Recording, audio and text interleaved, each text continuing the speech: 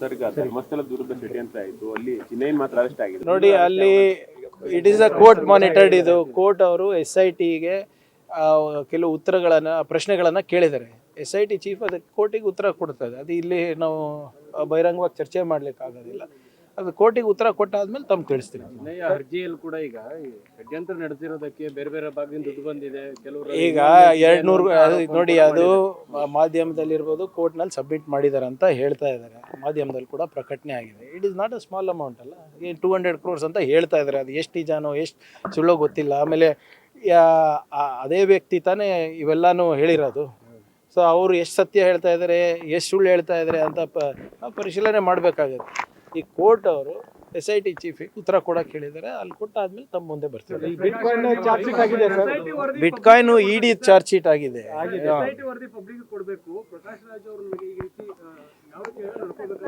ಈಗ ಹೆಸರು ಪ್ರಸ್ತಾಪ ಆದ ತಕ್ಷಣನೇ ಎಲ್ಲರೂ ಕ್ರಿಮಿನಲ್ ಅಂತ ಅಲ್ಲ. ಈಗ ಕೋರ್ಟ್ ಅವರು SIT ಚೀಫಿಗೆ ಕೇಳಿದಾರಲ್ವಾ, ಉತ್ತರ ಕೊಡ್ಲಿ. ಅವರು ಕೋರ್ಟಿಗೆ ಫಸ್ಟ್ ಉತ್ತರ ಕೊಡ್ಬೇಕು. ನಾವು ಮಾಧ್ಯಮದಲ್ಲಿ ಬಂದು ಚರ್ಚೆ ಮಾಡ್ಲಿಕ್ಕೆ ಆಗೋದಿಲ್ಲ. ಅದು ಇನ್ನೊಂದು, ಈ ಧರ್ಮಸ್ಥಳದ ಮೈಕ್ರೋ ಫೈನಾನ್ಸ್ ವಿಚಾರದಲ್ಲಿ ಲಾಸ್ಟ್ ಟೈಮ್ ಸರ್ಕಾರ ಒಂದು ಆಕ್ಟ್ ಕೂಡ ಕಾನೂನೆಲ್ಲ ಇದು ಮಾಡಿದ್ರು. ಆದ್ರೆ ಇದುವರೆಗೂ ಕೂಡ ಧರ್ಮಸ್ಥಳ ಸಂಘದವರು ಯಾವುದನ್ನು ಅದನ್ನ ಫಾಲೋ ಮಾಡ್ತಾ ಇಲ್ಲ. ಸೊ ಸರ್ಕಾರ ಏನ್ ಮಾಡುತ್ತೆ ಸರ್ ಈ ವಿಚಾರದಲ್ಲಿ? ಯಾಕಂದ್ರೆ ಅವ್ರ ಜೊತೆ ನೋಡಿ, NBFCs ಇರಬಹುದು ಅಥವಾ ಬೇರೆ ಸಂಘ ಸಂಸ್ಥೆಗಳಿರ್ಬೋದು, ಯಾರು ನಾನ್ ಬ್ಯಾಂಕಿಂಗ್ ಫೈನಾನ್ಷಿಯಲ್ ಇನ್ಸ್ಟಿಟ್ಯೂಷನ್ಸ್ ವ್ಯಾಪ್ತಿನಲ್ಲಿ ಬರ್ತಾರೆ. ಅದಕ್ಕೆ ಈ ಹೊಸ ಕಾನೂನು ತಂದ ಮೇಲೆ ಯಾರ್ಯಾರು ಉಲ್ಲಂಘನೆ ಮಾಡಿದ್ದಾರೆ, ಏನೇನಿದೆ ಅಂತ ಸಂಪೂರ್ಣವಾದಂಥ ಮಾಹಿತಿ ನನಗಿಲ್ಲ. ಅದನ್ನು ಮುಂದಿನ ವಾರ ಇರ್ಬೋದು ಅಥವಾ ಒಂದು 10 ದಿನ ಆದಮೇಲೆ ಒಂದು ಸಪ್ರೇಟ್ ಮೀಟಿಂಗ್ ಮಾಡಿ ಅದನ್ನು ತಿಳಿಸ್ತೀನಿ. ಬಟ್ ಆದರೆ ಅದೇನು ಬರೀ ಧರ್ಮಸ್ಥಳಕ್ಕೆ ಸೀಮಿತ ಆದಂಥ ಒಂದು ಕಾಯ್ದೆ ಅಲ್ಲ. ಅದು ಇಡೀ ರಾಜ್ಯಕ್ಕೆ ಅನ್ವಯಿಸೋದು. ವಾಟ್ ಎವರ್ ಎಲ್ಲ ಯಾರೇ ಇದ್ರೂ ಕೂಡ ಇವರೇ ಒಂದು ಕಾಯ್ದೆ ತಂದ ಮೇಲೆ ಎಲ್ಲರೂ ಕೂಡ ಅನ್ವಯಿಸ್ತದೆ. ಅದು ಯಾವುದೇ ಸಂಘ ಸಂಸ್ಥೆದಿರ್ಬೋದು ಅಥವಾ ಯಾವುದೇ ಟೆಂಪಲ್ ಟ್ರಸ್ಟ್ ಇರ್ಬೋದು ಅಥವಾ ವೈಯಕ್ತಿಕವಾಗಿರ್ಬೋದು, everybody has to follow the law. ಆದರೆ ಧರ್ಮಸ್ಥಳ ಸಂಘದಲ್ಲಿ 106 ಕೋಟಿ ರೂಪಾಯಿ ಕ್ಯಾಶ್ ಟ್ರಾನ್ಸಾಕ್ಷನ್ ಆಗ್ತಾ ಇದೆ. ಯಾರ ಹತ್ರನೂ ಅವರು ಆನ್ಲೈನ್ ಪೇಮೆಂಟ್ ತಗೊಳ್ತಾ ಇಲ್ಲ. ಅದೇ ಏನಿದ್ರು ಕೂಡ ಅದು ತನಿಖೆ ಮಾಡಬೇಕಲ್ಲ. ಯಾಕಂದರೆ ಕಂಪ್ಲೇಂಟ್ ಏನಿದೆ ಅಂತ ಸಂಪೂರ್ಣ ಮಾಹಿತಿ ನನಗಿಲ್ಲ. ಈಗ ತಾವು ಹೇಳಿದ್ಮೇಲೆ ನನಗೆ ಗೊತ್ತಾಗಿರೋದು. Will check on it. But ಒಂದು ಕಾಯ್ದೆ ತಂದ ಮೇಲೆ it is not limited to an individual or one particular institution. ಅದು ಎಲ್ಲರಿಗೂ ಅನ್ವಯಿಸ್ತದೆ. ಅದು ಬಿಟ್ಕಾಯಿನ್ ಏನು ಪ್ರಕರಣ ಸರ್ ಮುಂದೆ ಇಲ್ಲಿ ನೋಡೋಣ. ಇವರೇ ಇನ್ನು ಅದು EDದಿದೆ, ನಮ್ಮ ವ್ಯಾಪ್ತಿನಲ್ಲಿ ಇಲ್ಲ. ಅವ್ರು ಏನು ಚಾರ್ಜ್ ಶೀಟ್ ಹಾಕಿದ್ದಾರೆ ಅದು ನಮ್ಮ ವ್ಯಾಪ್ತಿಗೆ ಬರೋದಿಲ್ಲ.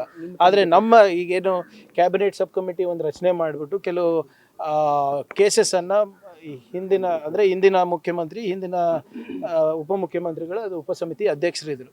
ಈಗ ಅದನ್ನು ಪುನರ್ರಚನೆ ಮಾಡಬೇಕು ಅಥವಾ ಅದನ್ನು ಅಲ್ಲೇ ನಿಲ್ಲಿಸ್ಬಿಟ್ಟು ಅದಕ್ಕೆ ಸೂಕ್ತವಾದಂಥ ಕ್ರಮ ತಗೋಬೇಕು ಅಂದ್ಬಿಟ್ಟು ಮಾನ್ಯ ಮುಖ್ಯಮಂತ್ರಿಗಳ ತೀರ್ಮಾನ ಆದಮೇಲೆ ನಾನು ನಿಮಗೆ ಹೇಳಲಿಕ್ಕೆ ಆಗ್ಬೋದು.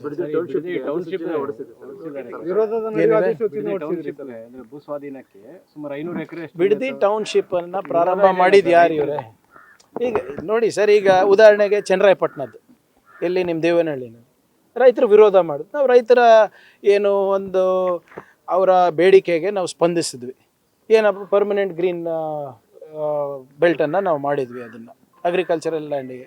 ಈಗ ಅವರೇ ಸ್ವಪ್ರೇರಣೆಯಿಂದ ಬಂದು ಕೊಟ್ಟಾಗ ನಾವು ಬೇಡ ಅಂತ ಅಲ್ಲ. ಇದೂ ಹಾಗೆ ಅಲ್ವಾ? ಈಗ ಅವಾಗ ನಂದೇನಂದರೆ ಆಶ್ಚರ್ಯ ಏಕಾಗ್ತಾ ಇದೆ ಅಂದರೆ, ಹಿಂದೆ JDS ಅವರಿದ್ದಾಗ ಅದು ಒಂದು ಉತ್ತಮವಾದಂಥ ಪ್ರಾಜೆಕ್ಟ್ ಇತ್ತು. ಈಗ ವಿರೋಧ ಪಕ್ಷದಲ್ಲಿದ್ದಾಗ ಅದೇ ಪ್ರಾಜೆಕ್ಟನ್ನು ನಾವು ತೊಗೊಂಡು ಅದನ್ನು ಇನ್ನೂ ಅದರ ವ್ಯಾಪ್ತಿ ಹೆಚ್ಚು ಮಾಡಿ ಇನ್ನೂ ಒಳ್ಳೆ ಮಾಡಬೇಕು, ಉದ್ಯೋಗ ಅವಕಾಶಗಳು ಕಲ್ಪಿಸ್ಕೊಡ್ಬೇಕು ಅಂದಾಗ ಅದು ಸರಿ ಇಲ್ಲ ಅಂತ ಹೇಳಿದ್ರೆ ಹೇಗೆ? ಅವಾಗೇನು ಇತ್ತು ಅದೇ ಅಲ್ವಾ? ಅವೇ ಲ್ಯಾಂಡ್ ಅಲ್ಲ. ಏನು ಜಾಸ್ತಿ ಸರ್ವೆ ನಂಬರ್ಸ್ ಆಗಿದೆಯಾ, ಕಮ್ಮಿ ಆಗಿದೆಯಾ, ಬೇರೆಯವ್ರದ್ದು ಆಗಿದೆಯಾ? ಅದೆಲ್ಲ ಇಲ್ಲ ಅಲ್ಲ. ರೈತರನ್ನ ವಿಶ್ವಾಸಕ್ಕೆ ಪಡಿತೀರಿ ಅಂತ ಈಗಾಗಲೇ ಅಲ್ಲಿನ ಸ್ಥಳೀಯ ಶಾಸಕರು ಕೂಡ ಮಾತನಾಡಿದ್ದಾರೆ. ಮುಖ್ಯಮಂತ್ರಿಗಳು ಕೂಡ ಅವರಿಗೆ 2-3 ಸರಿ ಕರೆದು ಚರ್ಚೆ ಮಾಡಿದ್ದಾರೆ. ವಾಟ್ ಎವರ್ ಇಟ್ ಈಸ್, ನಾವೇನು ಫೋರ್ಸ್ ಮಾಡ್ಲಿಕ್ಕೆ ಆಗೋದಿಲ್ಲ ಅಲ್ಲ. ಈಗ ನಿಮ್ಮ ಭೂಮಿಯನ್ನು ನಾವು ಕಸ್ಕೊಳಕ್ಕಾಗ್ತದೆ? ಅದನ್ನು ನೋಟಿಫಿಕೇಷನ್ ಆಗಿರ್ತದೆ. ಇಫ್ ಎನಿ ಕಾನೂನಿದೆ ಎಲ್ಲದಕ್ಕೂ.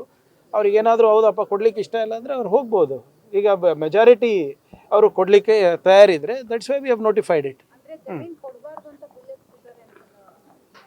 ಈಗ ನನಗಿಂತ ಚೆನ್ನಾಗಿ ನಿಮ್ಗೆ ಗೊತ್ತಿದೆ ಯಾರ್ಯಾರಿದ್ರ ಹಿಂದೆ ಇದ್ದಾರೆ ಅಂತ. ಈಗ ನಾನು ಹೇಳ್ದಂಗೆ ಅವ್ರು ಮಾಡಿದಾಗ ಮಾಸ್ಟರ್ ಸ್ಟ್ರೋಕ್ಗಳು, ನಾವು ಮಾಡಿದಾಗ ರೈತ ವಿರೋಧಿನ. ಪೊಲೀಸ್ ಸಿಬ್ಬಂದಿಗೆ ವಾರದ ರಜೆ ಸಿಗ್ತಿಲ್ಲ, ಹಿಂದಿನಿಂದ ಕೂಡ ಈ ರೀತಿ ನೋಡಿ ಅದು ಈಗ ಕೆಲವು ಜನ ಇವತ್ತು ಬಂದು ಮನವಿಗಳು ಕೊಟ್ಟಿದ್ದಾರೆ. ನಾನು ಕೂಡ ಅವ್ರಿಗೆ ಹೇಳಿದ್ದೀನಿ, ದಯವಿಟ್ಟು ಸ್ವಲ್ಪ ಟೈಮ್ ಕೊಡಿ, ಯಾವ್ಯಾವ ಯೂನಿಟ್ದು ಈ ಗ್ರೂಪ್ ಪ್ರಕಾರ ಏನೇನು ಸಮಸ್ಯೆಗಳಿದೆ ಆಲಿಸ್ತೀವಿ ಅಂತ. ಈಗ ಹಿಂದೆ ನನಗೆ RDPR ಸಚಿವರಿದ್ದಾಗ ನೀವು ಮೊದಲೇ ಪ್ರಶ್ನೆ PDOಗಳ ಬಗ್ಗೆ ಕೇಳಿದ್ರಿ, 6 ತಿಂಗಳಾದಮೇಲೆ ನೀವೇ ಅದ್ರ ಬಗ್ಗೆ ಕೇಳೋದೇ ನಿಲ್ಲಿಸ್ಬಿಟ್ರಿ.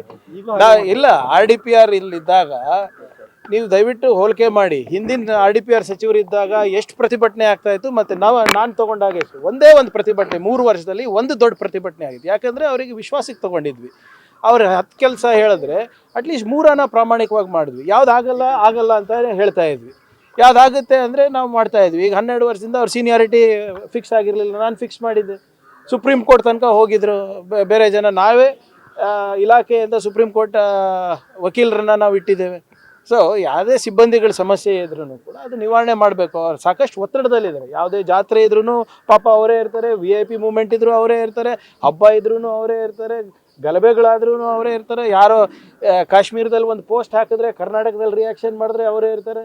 Of course they are stressed out. ನಮ್ಮ ಸಿಬ್ಬಂದಿಗಳು ನಿಮ್ಮ ಪೊಲೀಸ್ ಕಾನ್ಸ್ಟೇಬಲಿಂದ ಹಿಡ್ಕೊಂಡು DG ತನಕ ಸಾಕಷ್ಟು ಅವ್ರ ಮೇಲೆ ಒತ್ತಡ ಇದೆ, ಇಲ್ಲ ಅಂತಿಲ್ಲ. ಅದೆಲ್ಲನೂ ಕೂಡ ಯಾವ ರೀತಿ ಅವರಿಗೆ ಆರೋಗ್ಯಕ್ಕೂ ಒಳ್ಳೇದಾಗಬೇಕು, ಅವ್ರ ಕುಟುಂಬಕ್ಕೂ ಒಳ್ಳೇದಾಗಬೇಕು, ಮತ್ತು ಸಮಾಜದ ಸ್ವಾಸ್ಥ್ಯಕ್ಕೂ ಒಳ್ಳೇದಾಗಬೇಕು. ಆ ರೀತಿನಲ್ಲಿ ನಾವು ಮಾಡ್ತೀವಿ. ತಮಿಳುನಾಡು CM ವಿಜಯ್ ಅವರು ಬರ್ತಾ ಇದ್ದಾರೆ, ಮೇಕೆದಾಟು ವಿಚಾರ ಕಪ್ಪು ಬಾವುಟ ಪ್ರದರ್ಶನ ಮಾಡ್ತಾರೆ. ನೋಡಿ, ಸುಪ್ರೀಂ ಕೋರ್ಟ್ ಆದೇಶ ಇದೆ.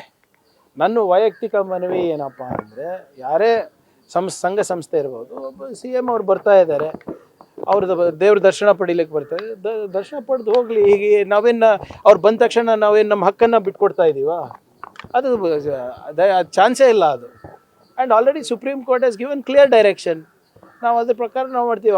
ಅವ್ರ ಹಿತಾಸಕ್ತಿ ಕೆಲಸ ಮಾಡ್ತಾರೆ, ನಾವು ನಮ್ಮ ಹಿತಾಸಕ್ತಿ ಕೆಲಸ ಮಾಡ್ತೀವಿ. ನಮ್ಮ ನಾಡಿನ ಭಾಷೆ, ನೆಲ, ಜಲದ ಬಗ್ಗೆ ಯಾವುದೇ ರೀತಿಯಾದಂಥ ಕಾಂಪ್ರಮೈಸ್ ಇಲ್ಲ. ಬರಲಿ, ದರ್ಶನ ಪಡೀಲಿ, ಅವ್ರಿಗೇನು ಒಳ್ಳೇದು ಬಯಸ್ತಾ ಇದ್ದಾರೆ ಅವ್ರು ಕೇಳ್ಕೊಳ್ಳಿ, ಅದಕ್ಕೇನು ತಪ್ಪೇನಿದೆ ಅದರಲ್ಲಿ. ನಮಗೇನು ಒಳ್ಳೇದು ಮಾಡಬೇಕಾದ್ರೆ ನಾವು ಮಾಡ್ತೀವಿ.